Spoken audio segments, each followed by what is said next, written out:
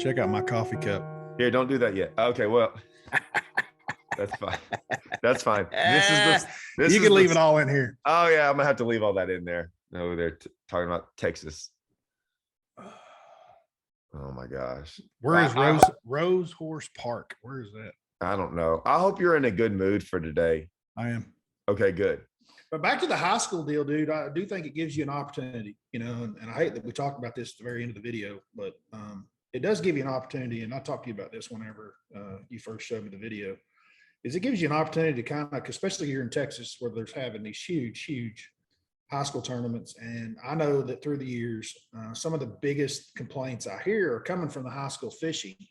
And it's a combination of a lot of things. One, so many kids competing on smaller lakes that aren't big enough to hold all of them. And that creates bad habits because then they're forced to fish on top of each other.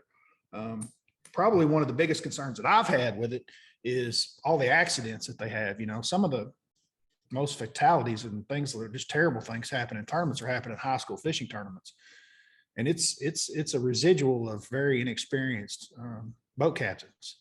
I know that when the high school fishing thing just started on the FLW side, a friend of mine was actually the national tournament director, and he was telling me, he's like, man, there were some problems with this, because he said, dude, I've got parents pull up to a tournament and have got a brand new 20-footer with a 250 horsepower motor on the back of it, and they don't even know how to unload it, more or less drive it. Dude, I mean, you're putting people that's the same thing as going to Talladega, putting somebody in a NASCAR with, 500 horsepower and saying, let it rip, and they've never driven one. It's a problem, and I don't know how we fix it. I don't know how we fix it, but I will say this. If nothing else, this video might have it sucks when it does stuff like this, but maybe, we take, I'm hoping we take bad situations and let's turn them good. Right, there's an opportunity that was now being, I'm given. I think you're going to be I think there's some opportunities there. I'm going to try to take advantage of them and work with some of these high school associations and see if we can't, the days have passed where we have to go and meet in a high school gym with 100 people are over. We have technology now. We don't have to do that, right? We can set up videos. It's their responsibility whether or not they want to view them, but we don't have to get in a gym and talk to 100 people. We can reach people, and that's what we're trying to do. And they can use that. Yeah. Right. 100%. Like we could make one video or two videos or three videos, and then they could be shown to whoever and however many times. So I totally agree. So I'm putting this at the beginning of the video, your little, from where you started, and here's the rest of it. I hope you all enjoy it. So there you go. So if anyone doesn't know, this video is solely about the video I released the other day about the high school tournament and getting cut off and stuff. And so just to be, we're real honest about everything. I didn't really know what I wanted to do with this video, right? I mean, I had it recorded and I had all this stuff. And so I was like, man, I kind of want to vet it a little bit, because I don't ever know. I know how YouTube goes and I know how things go. And so I ran it across my buddy Kelly, who's kind of like my other dad, who he will get on me for anything. I mean, he has no problem telling me when I'm wrong or when I did something like, hey, don't do that. He looks at it from a different point of view. And right before I release it, I sent it to Hallman, sent it to you, and you said, I said that 110% let it fly. Yeah. I didn't feel like that there was anything, controversial about it per se, like, you did something wrong. I wasn't worried about that. I was worried about and I was glad a lot of people in the comments brought this up. It's like the elephant, the white elephant in the room. Is it the white elephant? No, it's the elephant in the room. White elephant is a present stuff. The elephant in the room, right? There's like things you're not allowed to talk about, right? And if you bring up high school fishing in a negative light, right. It's like, oh, you hate kids. And right. I mean, it's they stop listening to what's really going on. Yeah. And so, but we knew there were going to be comments, and I never really, I guess, got to explain. I thought I did a fairly good job of from start to finish showing what I really was trying to portray, is that, man, we're all out there, and we're just trying to, like I said, coexist out on the water, right? And that's all we're trying to do. We all know we're going to be out there with a bunch of people. We all know we're all out there at the same goal. High school kids have a goal. We have a goal. There's 450, 500 people out there, all in a goal of trying to catch fish and do it in a manner of which we're basically trying not to step on toes, right? We're trying to just navigate in a way, and we all don't think alike. And that's why I even said on there, hey, you might agree or disagree with whether I thought what he did was wrong. However, there's a couple solutions that, and I guess I should have showed some more. I honestly, though, I'm all over the place on this, because I think 90% of the guys that comment on this don't watch the whole video. I agree. Like, and that really frustrates me. Yeah. I think that the video brings out like human nature where we are in 2022 in YouTube and social media and commenting, because how many views does that video got right now? Like 50 something, 50, 52. I don't know, if over 50. It's been out about a week. So yeah, you're basically looking at a giant basketball stadium, you know. I mean, that's about how many people have seen it. I think that we all get a lot out of like reading comments. Like, it brings up human emotion that for these people that you don't even know. Like, dude, I get pissed when I read some of the comments. Like, I have to get away from them for a while. I catch myself responding to like a comment here or there, and it's not just your video, but like just in general in life. And then I'm like, I ain't posting that, you know, because you can't argue with someone that's not aware of what's happening, or they don't care, but I mean, in today's society, I mean, I think there's a lot of people that get on there, right? We only interpret things from our point of view, the way that we see the world, right? And that's our right and wrong. And if someone is just a weekend fisherman, I don't know that they see it the same way, right? When you called me this morning and told me you wanted to do this, I was actually thinking about that, you know, like weekend fishermen, if you're just fishing and you don't really understand tournaments. And then I got to thinking about guys like my dad when I was a kid, or my grandfather. They never fished a tournament in their life. They just brim fishing, crappie fishing, anything they could fillet. And they would have had a problem. Like, well, it would have been an issue. Right. They didn't do that just fun fishing. Like, I can remember as a kid, a guy pulling in front of me and my dad on Watts Bar, and my dad would be like, don't ever do what this guy just did, you know? And I mean, I'm 6 years old, and I remember that. It made him mad that someone had done it, and we're just fun fishing. So, you know, I think ethics, the way that they're taught, are different for everybody. But dude, this is a society we live in too. I mean, I'm thinking about your video when I'm at the grocery store. You know, we talked about this, and somebody cuts in line. Like you said, there's no rule at Walmart that says no cutting line at the cash register. So according to our society today, to 10% of our society, that makes it okay, no matter that everybody else has been there for an hour. That's what I've had so many comments that said, hey, you should have just gone around them. And I'm like, well, I did go around them. I mean, I literally, yes, I made a comment, but I did go on. I moved on and came back. But when you said that about cutting in line, there's no rule that says you can't cut in line at Walmart. As a society, we have adopted that says that's the proper way we should do things, right? But I'm telling you that as a society right now, we're adopting the philosophy 10% of them are, that says, hey, there's no rule that says I can't cut line, so I'm going to start cutting line because it benefits me first. Correct. And so then if you cut that out, then there's a part that goes, well, you shouldn't have said something. So if the guy cuts in front of you in line at the grocery store, their way of thinking when they make that comment to me is, hey, it's only time. It's only like, so for me, it was like, hey, it's only a couple casts. Hey, it was no big deal. It's only, okay, so in your theory, let the guy go in front of you. Don't say a word to him. It's only time he's wasting of your day. Mhm. So you should be quiet, right? So you shouldn't say a word.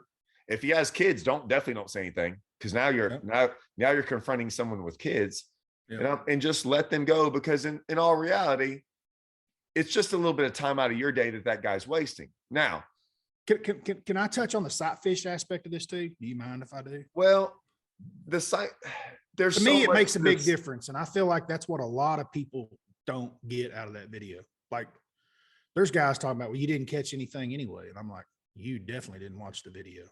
you didn't watch the Um, video. Dude, there's a 4-pounder sitting there on a 2x2 circle. And you've known it. And quite honestly, I think the high school kids know it too. I do. Oh, Like, 100%. at least the guy running their boat does. No, 100%. The other people up and down the bank aren't aware of it. But this is a fish sitting on a 2-foot circle, a 4-pounder, which is a really good fish on Texoma. You've already waited in line, like you've allowed everybody to go up and down it. And then you basically have to wait in line again because of the way that they cut you off, because you've already waited in line once. They cut you off, you go on by, then another boat gets involved after the kids unintentionally. So you have to wait them out as well. I mean, you basically waited in line twice and then go catch the 4-pounder. Now, if it's just a fishing, if it's in July, if it's in April, hell, April's a bad example, but if they're not on the beds, if there's not a bed fish there, that is a different scenario. Yeah, they still cut you off, but we don't care. Like it's easier to just move on. But 4-pounders aren't easy to find. They don't just grow on freaking vines. And you are in a tournament situation. And like you've already waited in line once, and now you're waiting in line twice. And the fact that guys don't get that out of the video shows me that they don't really understand. But it's so the sight fish is relevant and irrelevant because it's perspective.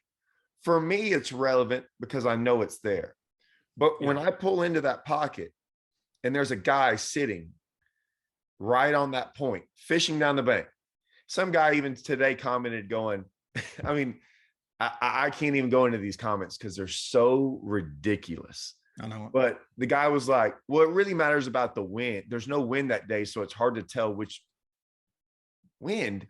Look, 90% of guys fishing down the bank, and I put on down the bank, go in a direction. The guy, when I pulled in there, had his boat parallel to the bank, going down the bank. I could tell in one cast where he's headed, down the bank that way. His boat's facing that way. So I know he's going to go where that sight fish is. So I would never cut him off. It's blatantly obvious that if I did, now, in these other people's opinions, if I beat that guy to that spot, it's my spot. Well, I could cut him off. He would be a cast and a half away, maybe not even that.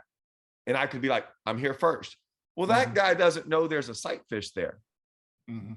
So in all reality, all I'm doing is messing up his plane down the bank.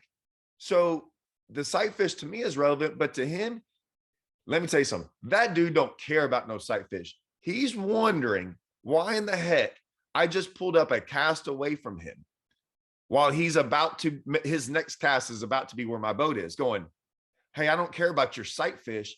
I'm literally going down the bank here. Who in their right mind would think that this is okay? Right. So in my mind, in that video, that guy kind of tries to justify what he's done by saying, oh man, I hate this because sight fishing. So he's trying to tell you, hey, I've got one here on the bed. Now he's also trying to tell you, hey, I got one here on the bed and you don't know about it. That's what he's thinking in his mind. He never realizes, I don't think at any point, maybe he does towards the end of it, but that you knew that fish was there. In his mind, he's the only one that knows it. He's out foxing everyone else. Yeah. And I've had people say, oh, he was in that pocket and, he waited his turn.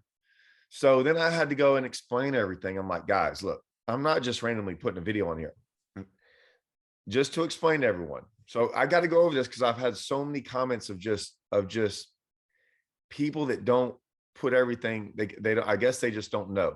So this tournament was a high school tournament, and in our tournament going on at the same time. The high school guys got to start on the water before us 30 minutes early. So they got to get to start anywhere they wanted to, 300 of them before us. I was boat 164. I was basically the last boat out of our tournament. So that means basically everyone in the tournament, except about 10 guys, got to start anywhere before I did. Right. I fished 700 to 1,000 tournaments in my lifetime.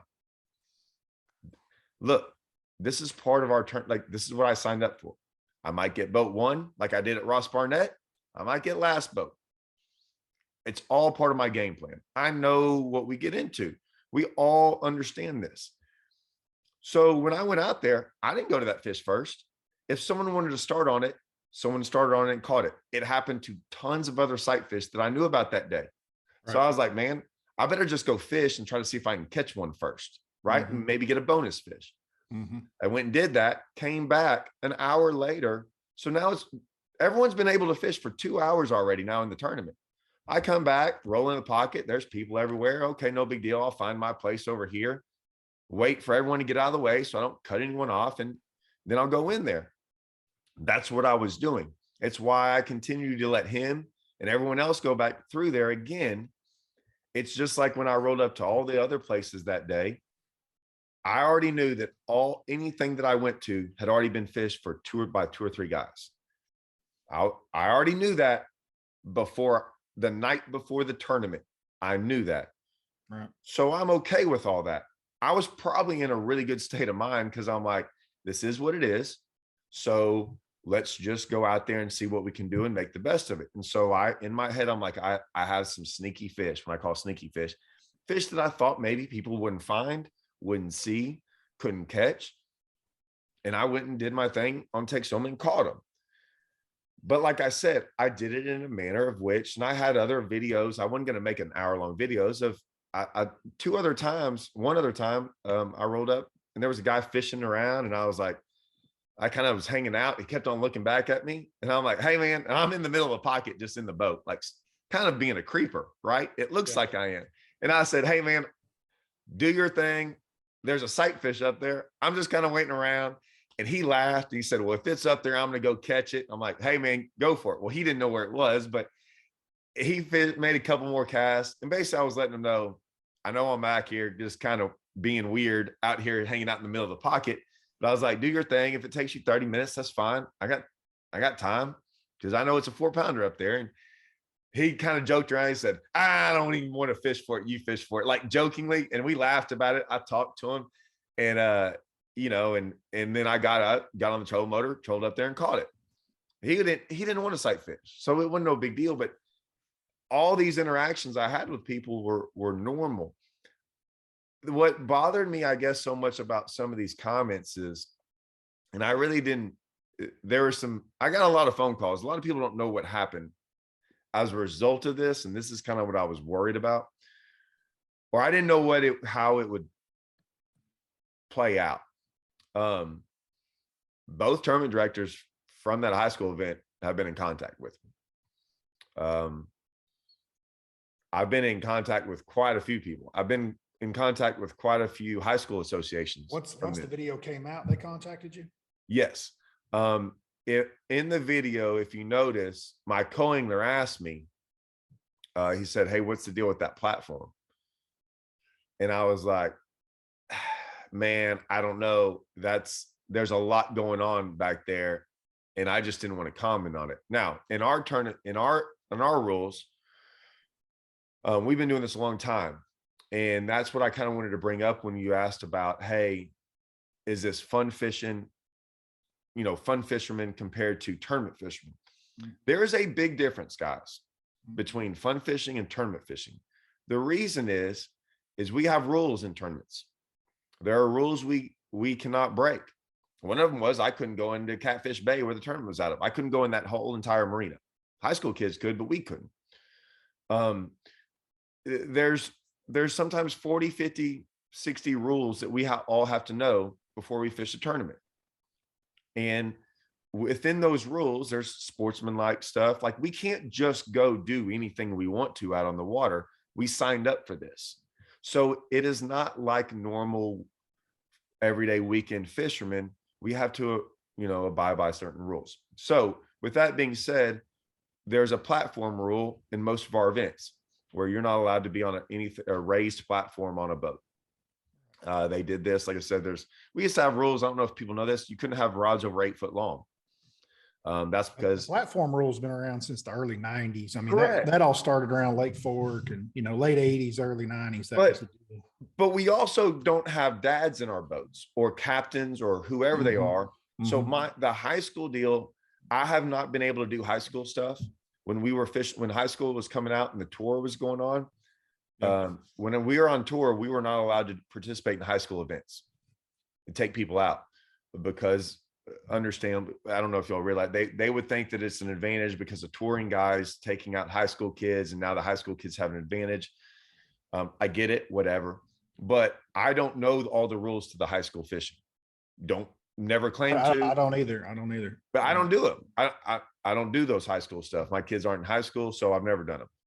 I've done the college stuff, but not the high school stuff. So when he said something, I kind of was like, I didn't comment on that because I don't know if it was against the rules. I got plenty of guys that called me, text me, and then commented going, that was against the rules. Well, I found out later, like I said, when I left from that event, it wasn't from that event. When I posted the event, I was with y'all at Ross Barnett. I just don't look at that stuff. I don't read comment. I don't read a lot of stuff, man. We're fishing. I mean, I went from there to Rayburn. There's just a lot of fishing. And so by the time I looked at some messages I got, not text messages, but people don't know how to get in contact with me. So they were emailing me all this, man. And it was, they broke the rule. And what sucks was the kids got the bad end of the deal on that because they got DQ'd because of the platform. There was comments made that they might have gotten DQ'd either way from the sportsmanlike conduct from the captain. So I don't know, you're not going to get it wasn't the kids' reaction, it's his. So yeah, I get it. It's not the kids were the kid like they never said a word. And I heard, but it can go both ways because I felt bad and I've had some people go, hey, still the high school. Dude, I was raised by a man, my dad and JD Airwood, and I can promise you, anybody watching this from East Tennessee knew JD Airwood. If that man was in the boat and he went AWOL, me and Billy wasn't saying nothing. No, he's on his own. Like, we're not correcting him. No, and I don't expect that. That's fine. However, learning experiences and some things like that. If you're 16 fishing with an adult, and you get DQ'd, and I'm talking about a regular tournament. Any grown-up's going to look at you as a 16-year-old and go, can you read? Should have read those rules, right? If we didn't have high school stuff. If you were fishing with 16 years old and by golly, I read rules when I was that age because I was about to fish a tournament. I went over everything, making sure that I did everything right because I didn't want to get in trouble. Those kids aren't 16. They were younger than that. But my point is that any time that we see, in all fairness in this, anytime that we see multiple rule infractions by tournament circuits, right, or in a tournament circuit, it generally involves a large proportion of those tournament contestants being less experienced. Correct. That's where you see it more often than not. I'm not going to throw some things out there because I've got some examples right off the top of my head, and I'm not going to do that, but that's usually where you see it. And it's usually, honest to God, it's just from just less experience and not being, once you kind of get more vested in this and you do it more, then you're like concerned, hey, I want to make sure I don't break these rules because I'm pretty sure I'm going to catch them. You know what I mean? Right. And dude, and we all, I can listen. Did me and you and Andrew not call up Hank Bowes? Remember the night before at 9 o'clock at night, the night before Ross Barnett? Hank Bowes. Hank Weldon. Hank Weldon. I'm sorry. I wasn't thinking Hank Weldon. That was good though. Well, I got Chris Bowes in my head and So we called him up. Yeah. Called him up. We called him up because there was something different about Ross Barnett. We called up Mark. I called up Mark McWall before this Texoma event about some rules. Like we always are like wondering if we have a question, we call them up. And we've been doing this for years, but when we see something that looks different, we're the first ones to call up and go, interpret this rule for me, because I don't, this is a different thing going on. And we want to make sure about it. So we're always, because we know, and we all know it takes one little thing. And you, all the time you just spent fishing just got wasted on this tournament. We don't, I mean, you're trying to qualify for the elites. One day you get DQ'd for the smallest weird little rule infraction. Oh my God. Yeah. Right. So end of the world. It is the end of the world. And luckily it wasn't the end of the world for these guys. The kids will be fine. They didn't, it wasn't, like I said, when you got an older adult with you, you do, and I would, and I agree. I would put more of it on them, because I mean, you have to. I mean, that's why they're an adult. That's why they're there. It's usually why they sign off on everything, because if you ever do fish these tournaments and you're under 18, you have to have a guardian sign you off. So usually that means reading the rules and things like that. But regardless of all that, there was just so many things in there that have thrown me off, and it's just crazy. And what's weird about it is that I don't want to pour gasoline on the fire, but it's weird how someone cuts you off, right or wrong, says what they say, got DQ'd because of multiple infractions, and then people want to defend it. They don't defend all the actions. They just said, well, they by saying, hey, you were in the wrong, me, they don't ever say, well, he was in the wrong as well. They just said, well, you're in the wrong, which means kind of like human nature. Well, if I'm in the wrong, he's in the right. And I'm like, so cutting someone off, saying what he said, getting DQ'd, but I'm in the wrong. Yeah. I have a hard time with that. And I put on there, you might not agree or disagree with him cutting me off, but in that same title, I also wouldn't think that how you handle it's the right way.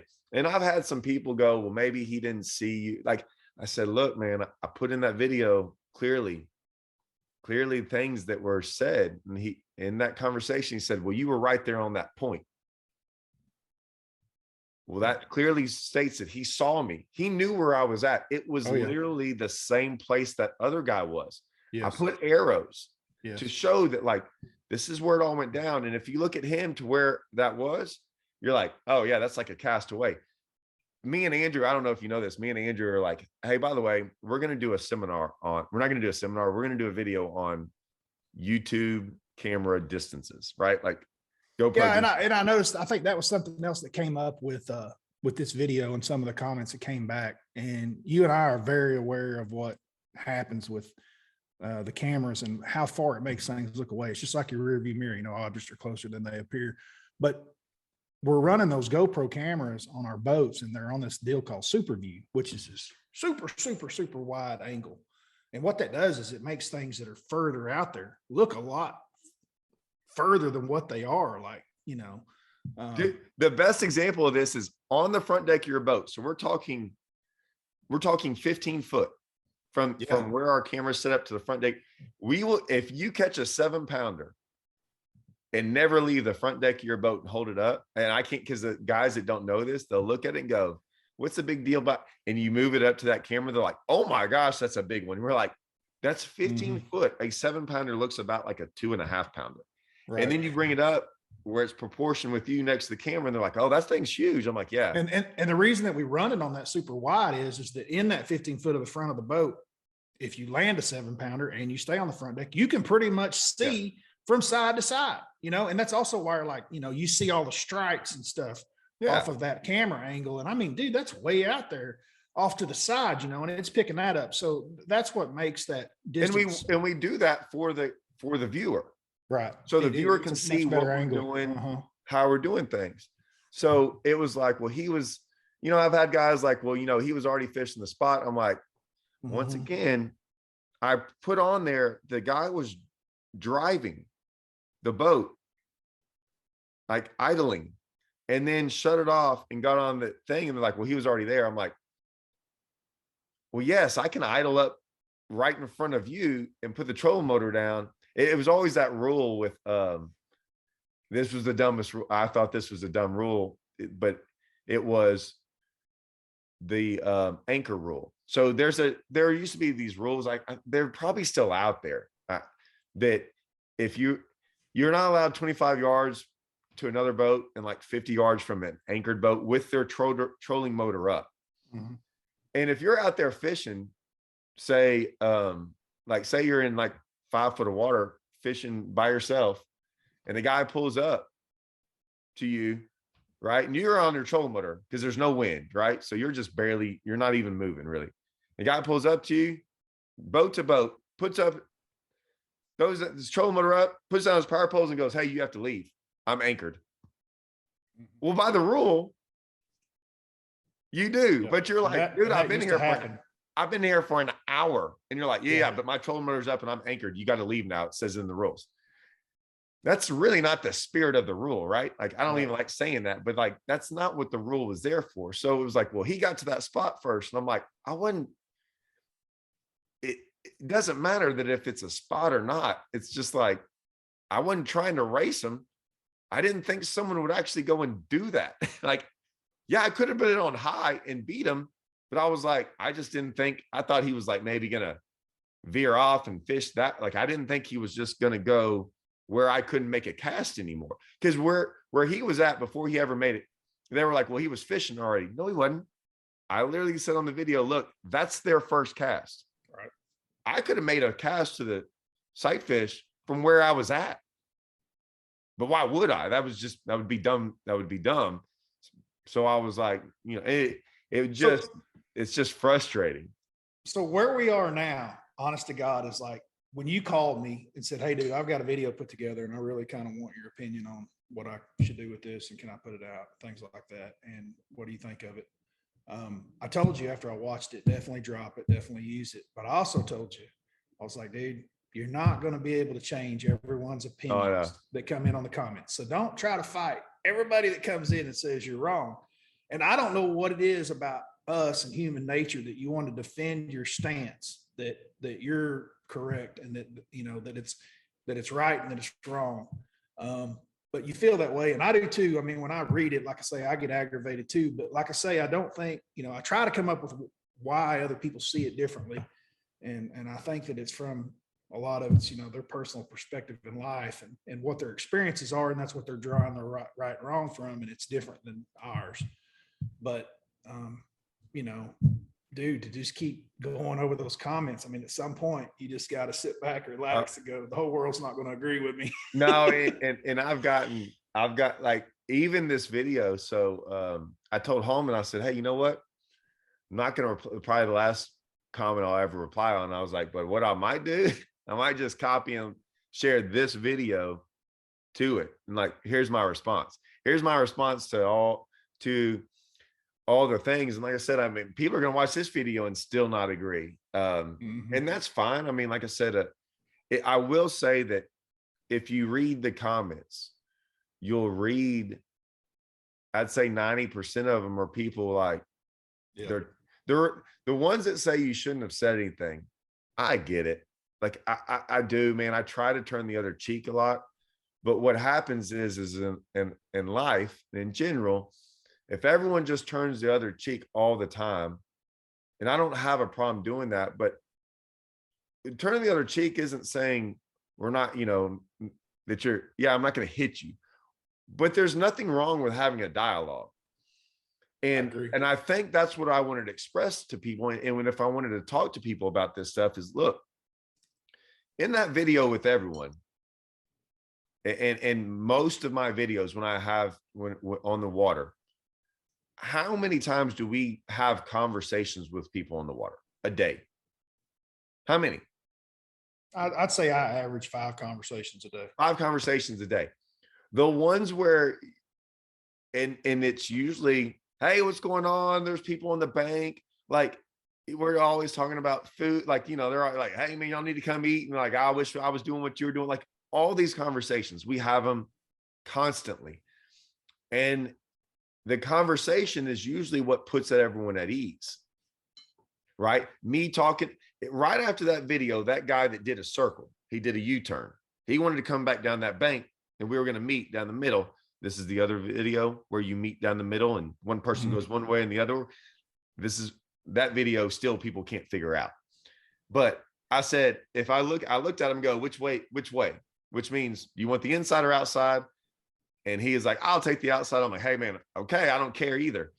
That's just us figuring it out. We're just trying to get around each other to keep on fishing. The dude literally, when we passed and he's back going down the bank and I turned around and we were talking about whatever, he catches a two. That, I don't know how many boats have been down that bank plus him. He does a U-turn and then catches one right behind me. Like he just went to fishing. That's how we were fishing behind people all day long. But it's just a normal conversation. Which way you want to go? No big deal. Okay, no problem. We go there. I went into a pocket that day behind a boat stall. You can't see him. There was a guy there. He was like, I was like, hey man, my bad. He's like, no big deal. I'm coming out. You can come in. I did this with other guys. You go behind boat stalls and someone's there. You don't know that. And it's cool because you have conversations with people. Right. He didn't want to look at me. He knew what he was doing. Oh yeah, that's usually the deal. When yes, when these guys are doing this on the water, it's always the same thing. They don't want to look at you like if they don't look at you like you don't see them anymore. Yeah, you know, and I can tell. We can all tell when they know that they're doing something. Right, and so you know, like usually conversations, and that's why you're like, Todd, I cannot believe you told that guy that there's a sight fish down the bank, and I'm like, hey, look, I was already so just, I didn't care anymore, man. I was like, well, you'd already waited in line twice. Yeah, it's there. Like, catch it, just get it out of here so I can move on with my day. Yeah, like I don't even care anymore. I'm like, yeah, I'm gonna do it. If you decide to stop on it, then oh well. If not, I'm gonna just wait behind you and catch it. Because I knew that day was gonna be like that. So I was just like, I was in a pretty carefree space. I think that's why I did pretty good in the tournament. The funny part about it, I'm going to bring this up and you're going to hate this. Oh, I can't wait. What about that guy lived in your head too long? The rent free? Yeah. As soon as I saw that comment, dude, that's the Texas Longhorn station right there. Every Texas Longhorn fan I know, oh, we live in your head rent free. They tell every fan base that. I'm like, no, you won 4 or 5 football games last year, dude. You don't live in everybody's head rent free. But they love saying it. So as soon as I see that, I always think that dude's probably a Longhorn fan. Well, what's funny is that like usually when something happens like that, it's because they're always trying to, you know, make an excuse over something. And I was like, I went back and caught the fish. I was pretty laid back about the whole deal. I finished 4th in a Toyota series. Yeah. I made a pretty big giant check. I don't really think living in someone is like, it bothers them where they can't execute anything.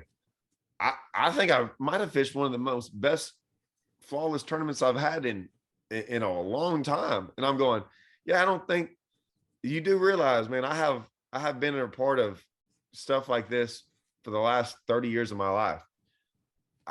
Y'all see me on YouTube. I don't overreact on any of that stuff. I'm pretty laid back. Like it's why like you want to talk about people living rent free. Watch these guys. I'm going to have on video. I don't do it for the sake of some of these fishermen, so I don't want to embarrass them. But do you know how many clips I have of guys losing fish? Like my camera's here, you know, and I'm fishing over here and it shows someone way off in the distance lose a big fish. And I can't even repeat it. Rod thrown and this and that and all this stuff. Yeah. And I'm like, I lose it. You'll see a Ross Barnett if y'all watch that video. I haven't had a fish loss in quite some time in a tournament. And I did, and it's like, dude, I can't make a cast any faster after I lose it. Never say a word, and just go to fishing again. Like, I don't really get jacked up or upset about too much, and I usually can put it behind me in about 2 seconds. Yeah. But yeah, I was like, no, someone was like, you were the hothead. I'm like, because I was calm and talked normal and went on about my day and didn't cuss at anyone with kids around. I don't know if the comment section is a reflection of our society today. No, I hope not. What, man? But like I read it and I'm just like, dude, what planet are you coming from with this analogy? Like, but I don't know. I don't know. I really don't. It aggravates me though when I read some of it. And like I say, I'll get a response typed up, but I never do send. But you're right about turning the other cheek and like, man, some people do have to stand up and say this is wrong. Whereas a lot of us just go on around. Like I don't want to get into politics, but there's been a lot of good changes by people standing up and fighting for things that were wrong, right? Like for the last 75 years in this country, people have stood up and fought for things that are wrong on both sides. This is not a freaking political deal. I'm saying, but like when someone saw something wrong, people had to stand up and turning the other cheek was part of it, but they still voiced what they thought was wrong. It's going on every day. And I had zero problem. And communication goes a long way. But at the end of the day, with this scenario, exactly what happened was basically they knew that fish was there and he was willing to do whatever. I mean, it's the same thing as being at Walmart at Christmas and there's 5,000 people there. You had a lake that had 2 giant tournaments going on. There was 5,000 people there. And this guy didn't want to wait in line to check out and get his stuff. Or, when they only have 100 of the big screen TVs that are on sale, and you see in the paper after the Christmas Eve sale where people were pushed down and knocked down and shoved and stomped to be able to acquire something that they wanted. It's basically the same thing. It's I'm not going to wait my turn. I'm just going to do what I want. And that's really what's happening in that video. A lot of people don't see that. Well, and that is what's happening. And so I've been asked by a couple of these high school deals to work with them, and I agree. Like, hey, let's. And I was going to ask you, like, I don't know how it's all set up. This has all happened pretty quickly, and they've done this before. But I think now that I think the high school associations are finally starting to run into some problems that we kind of thought we were eventually going to have. Yeah. And it was going to become before it gets even worse. And so we were going to try to do kind of like a little bit of an etiquette deal. And that etiquette deal is, and that's one of the deals, we'll talk about it. We'll kind of, me and you will go over it. I talked to Russell that he might get involved as well. And just how we kind of view things, because one of the viewpoints is that I can't tell you how many times that before a tournament starts, me and you know where it's going to go down. And what I mean by going down is we know, not every tournament, but there's times when we're like, we know where things are going to go down to where you can pretty much win a tournament in an area or here or a spot or whatever. And the guys that usually cause a problem are the guy at the tournament going, I'm going there. I don't care who's there. I don't care what I have to do. That's the guy that puts all his morals and ethics out and he's going to go there no matter what. Right. Where me and you go, I'm going to try to go there. We get there and go, whatever I do in this situation, I'm going to be wrong. Now I can legally and by the tournament standards do it, but I know I'm going to be wrong. And so that's why even at like Ross Barnett, we knew it was going to go down at Ross Barnett, right? And not where Lee caught him or whatever. Although if you look in the background of some of those pictures, you see 25 boats in sight of each other. Right. Now, we knew that's how that tournament was going to play out without a shadow of a doubt. Me and you, and especially we went the other way. Yeah. I'm going to put out those videos of that. And if you watch, you're going to be like, did Todd fish the other lake? Because there's not a boat in sight anywhere where he is catching fish. I'm like, no, I purposely practiced for that event with that in mind. I never even went to that area. I've only been there once, and where they caught him was the last place is where I caught him last year. Right. But I didn't even go there because I wanted to do something different. And so my point is that mentality of, well, that goes back to the fact that you're talking about like where it's going to go down. And just because that is the meat of, say, Sam Rayburn or Ross Barnett, doesn't mean that there's not other top 10s going to come from other places on the lake. And so sometimes instead of having this is all I'm going to do no matter what happens. I'm going in there and I'm going to fish no matter who's there, no matter what my draw is, no matter what the situation is, no matter how close I got to get to other boats, I'm going to do it. I think that the better option for everyone involved is to be like, well, there's other ways to attack that, right? There's going to be other top tens in other parts of the lake. And in that video, now, sometimes you get stuck in that, not realizing what it is too, though. Yes. Sometimes you get stuck there and you don't realize that this is how other guys feel about this place. Yeah. You just found it. And so then you're kind of in there and you learn that through the tournament. You're like, damn, why is everybody so aggressive in here? Right. Well, what's funny about some of that stuff too is that when we go into when that goes down, a lot of times those places don't fire either. No, I know. They rarely fire on day two. Yeah. It's just weird how all that goes. And a lot of these, and I'll be honest, I said this in the video, and this is about the truest statement I can say. The high school kids being in that boat had about 0% to do with anything about that video. And what I mean by that is that regardless if they were there or not, they were just poor innocent bystanders that got that. And I thought that's what kind of upset me, that I was like, hey man, this isn't really like, with that guy, I can't change. It's going to be very hard for me to change that guy's point of view. Those kids we can. But that guy's point of view and a lot of others, and I'll be honest with you, I don't even think it's close. Wouldn't you agree that is made by a lot of professional fishermen on how they've acted over the last year? Oh yeah, 100%. So it's on. I don't want to sit there and take. I don't want to take blame that I've done it. What I'm saying is, I will acknowledge the blame by professional fishermen on TV acting a certain way, doing things, and that carries over. So by no means is because I'm like, hey, you're the pro. Listen, we will call out people all day long. And we have, like, we don't agree with half of what those guys do sometimes. And I will say it, dude, I'm telling you right now, I'm having to catch myself because there are professionals that I know by name that I'm not going to, but if it was, and I don't want to say, the problem is when I think of them, I'm thinking of the guys that will actually do it, that I've seen do it. I will say something to them as well. I'm not going to mention their names, but I can't, because the first guys I think of are guys that will, there's some guys, professionals, that will never do that. But there are others. And man, I would have said the same thing to him and put him on blast. Because but the problem with that guy probably wouldn't have said a word, that professional, because he knows he's used to doing it. He does it so much and he could care less. That's right. And he's horrible for the sport. That, I'm telling you, right, I will take it. He's horrible for the sport, that guy that does that. I agree. And you froze up on me. I hope that doesn't show up on video. All right. Let's roll. But sorry. I've been wanting to fix that anyway, dude, because like it's been blinking. I know what it is. I had my camera plugged into another outlet that was not successful.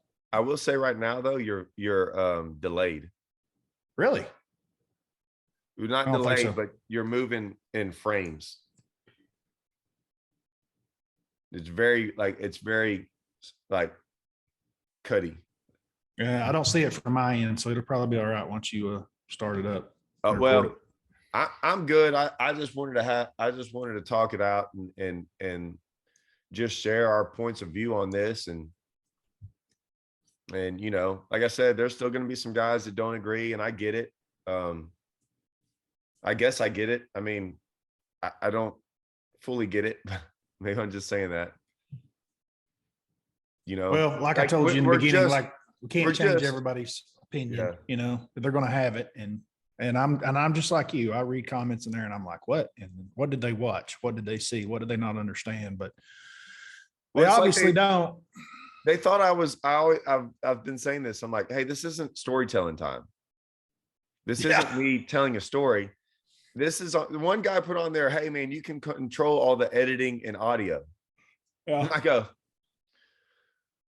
well, yes, and that's why I showed the 5-minute clip unedited, like I guess I was cussing them out or something and had me on mute the whole time. Like, just like my mouth's moving and nothing's coming out. I'm like, where on there did you see any edit? I didn't edit it. He goes, well, I didn't see the whole video. I'm like, well, I didn't show the 45 minutes before all that. I showed when it went down. Mhm. I don't know. It's just